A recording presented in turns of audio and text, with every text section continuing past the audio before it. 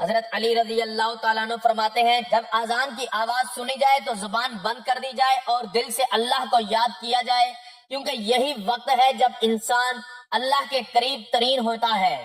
نبی صلی اللہ علیہ وآلہ وسلم نے فرمایا جب تم مؤذن کو اذان دیتے سنو تو تم بھی ویسے ہی کہو جیسے وہ کہتا ہے۔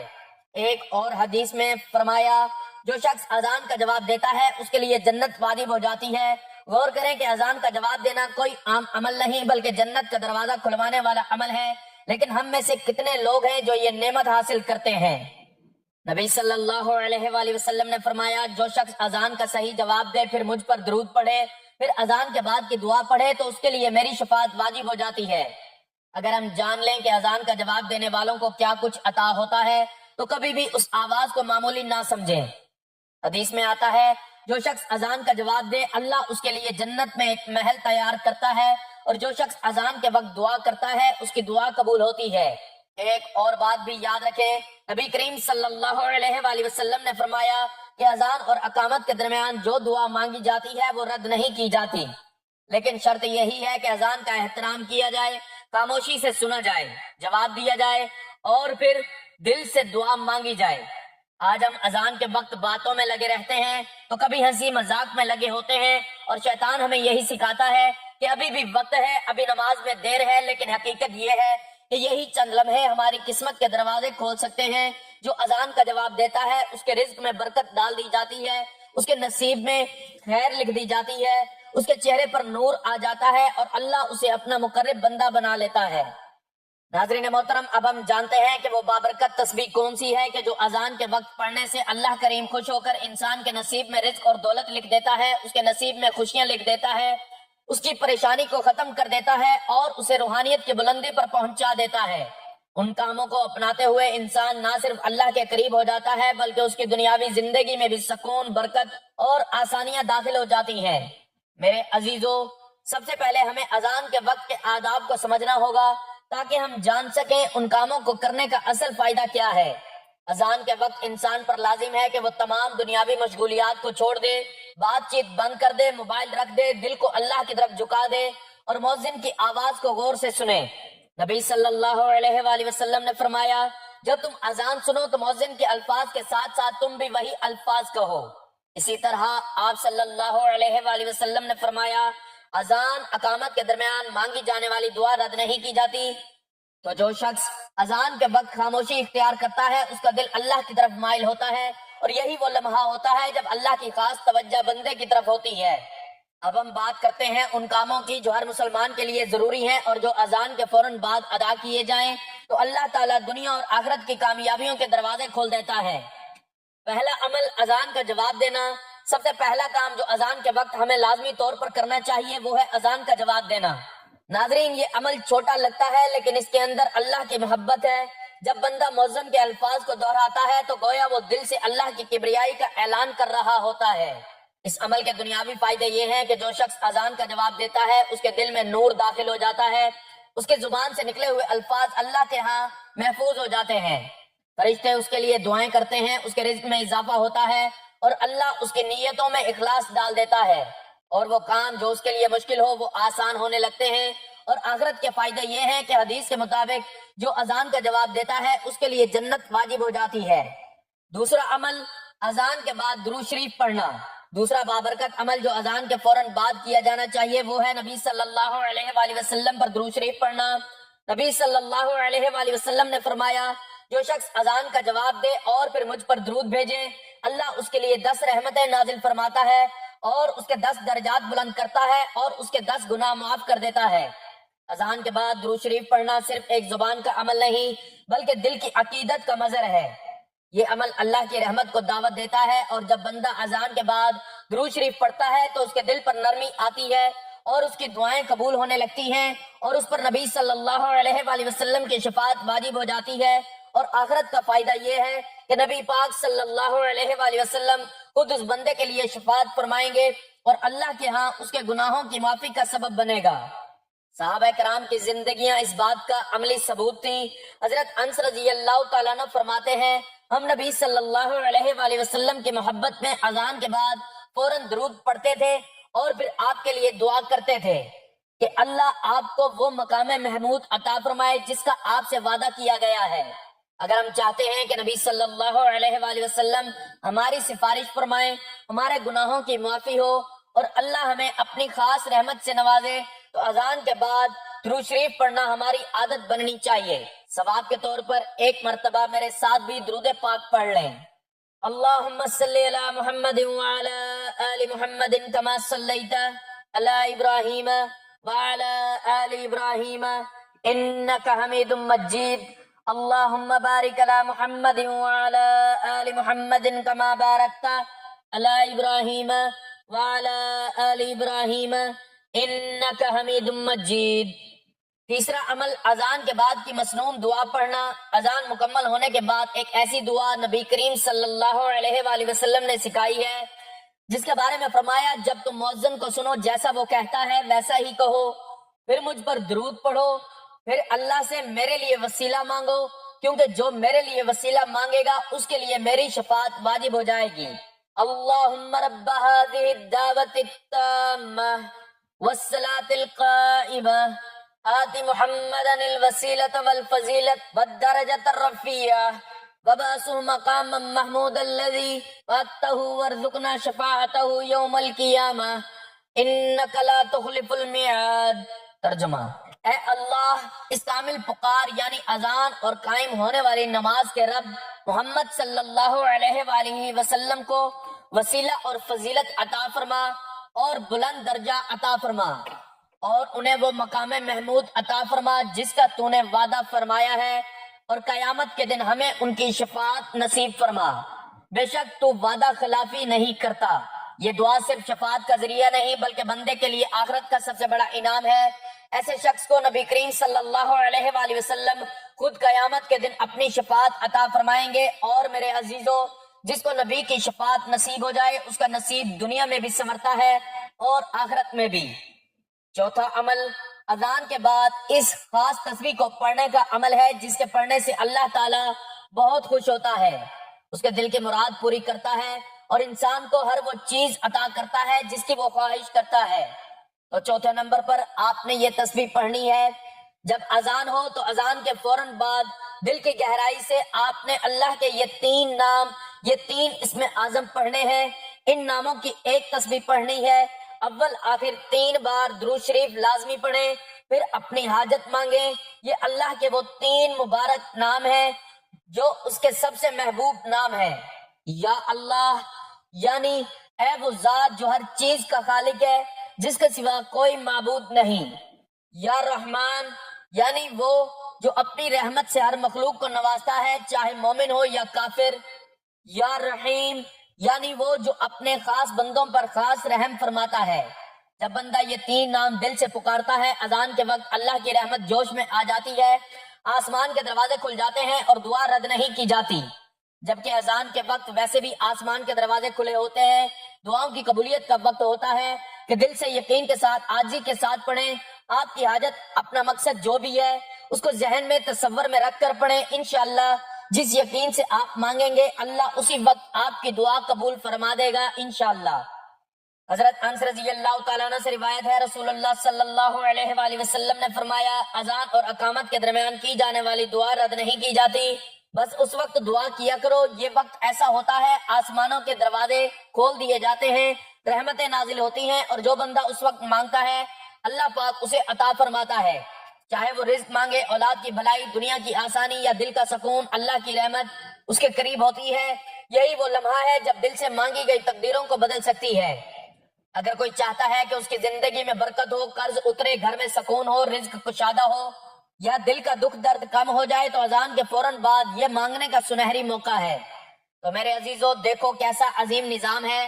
اذان ایک آواز ہے جو زمین سے آسمانوں تک جاتی ہے، اور جو بندہ اس آواز پر عمل کرتے ہوئے یہ اعمال کرتا ہے اور اس میں بتائی گئی تسبیح کو پڑھتا ہے تو اللہ رب العزت اس بندے سے خوش ہو جاتے ہیں، اور جس بندے سے اللہ تعالیٰ خوش ہو جاتے ہیں تو اس کے نصیب میں دولت لکھ دی جاتی ہے، رزق کی بارش ہوتی ہے، اس کے دل کو سکون ملتا ہے، اور آخرت میں نبی صلی اللہ علیہ وآلہ وسلم کی شفاعت بھی یقینی ہو جاتی ہے، اور اس کی ہر وہ خواہش پوری ہوتی ہے جو وہ اللہ تعالیٰ سے مانگتا ہے۔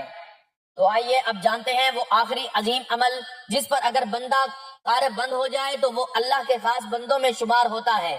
پانچواں عمل اذان کے فوراً بعد مسجد یا نماز کی تیاری کرنا اور نیت سے اٹھنا اور نیت سے نماز پڑھنا۔ اذان نماز کی دعوت دیتی ہے، اللہ تعالیٰ کی طرف سے ایک بلایا جانے والا اعلان ہے جو بندے کو دنیا کی مصروفیات سے نکال کر اپنے رب کے حضور حاضر ہونے کی طرف بلاتا ہے۔ یہ وہ لمحہ ہوتا ہے جب انسان کو ہر کام چھوڑ کر سب سے بڑی ملاقات یعنی نماز کی تیاری کرنی چاہیے۔ قرآن میں اللہ تعالیٰ یوں فرماتے ہیں، اے ایمان والو، جب جمعہ کے دن نماز کے لیے اذان دی جائے تو اللہ کے ذکر کی طرف دوڑو اور خرید و فروخت چھوڑ دو۔ یہ حکم صرف جمعہ کے لیے نہیں، ہر نماز کے لیے ایک اصول کی یاد دہانی ہے۔ جب اذان ہو جائے تو اللہ کی طرف لپکنے کا وقت آ جاتا ہے، اور جو بندہ اذان کے بعد دنیاوی کاموں کو روک کر وضو کرتا ہے، نماز کی تیاری کرتا ہے یا مسجد کا رخ کرتا ہے تو وہ اللہ کے محبوب بندوں میں شامل ہو جاتا ہے۔ آخر میں اللہ کریم سے دعا ہے، یا اللہ جب بھی اذان ہو ہمیں اپنے پکار کا احترام کرنے والا بنا۔ یا اللہ ہمیں توفیق عطا فرما کہ ہم اذان کے وقت تیری طرف متوجہ ہوں۔ یا رب ہمیں دنیا کی غفلتوں سے نکال کر تیری یاد اور نماز کی طرف لے جانے والا بنا۔ اللہ ہمارے رزق میں برکت عطا فرما، ہماری پریشانیوں کو دور فرما، ہمارے نصیب میں سکون، خوشی اور روحانیت لکھ دے۔ یا اللہ ہمیں اپنے پسندیدہ بندوں میں شامل فرما اور قیامت کے دن نبی صلی اللہ علیہ وآلہ وسلم کی شفاعت نصیب فرما، آمین یا رب العالمین۔ ناظرین، گزارش ہے کہ اللہ تعالیٰ کے 99 ناموں میں سے کوئی ایک نام لکھ کر کمنٹس میں ضرور شیئر کریں۔ اللہ تعالیٰ ہم سب کا حامی و ناصر ہو، آمین، جزاک اللہ۔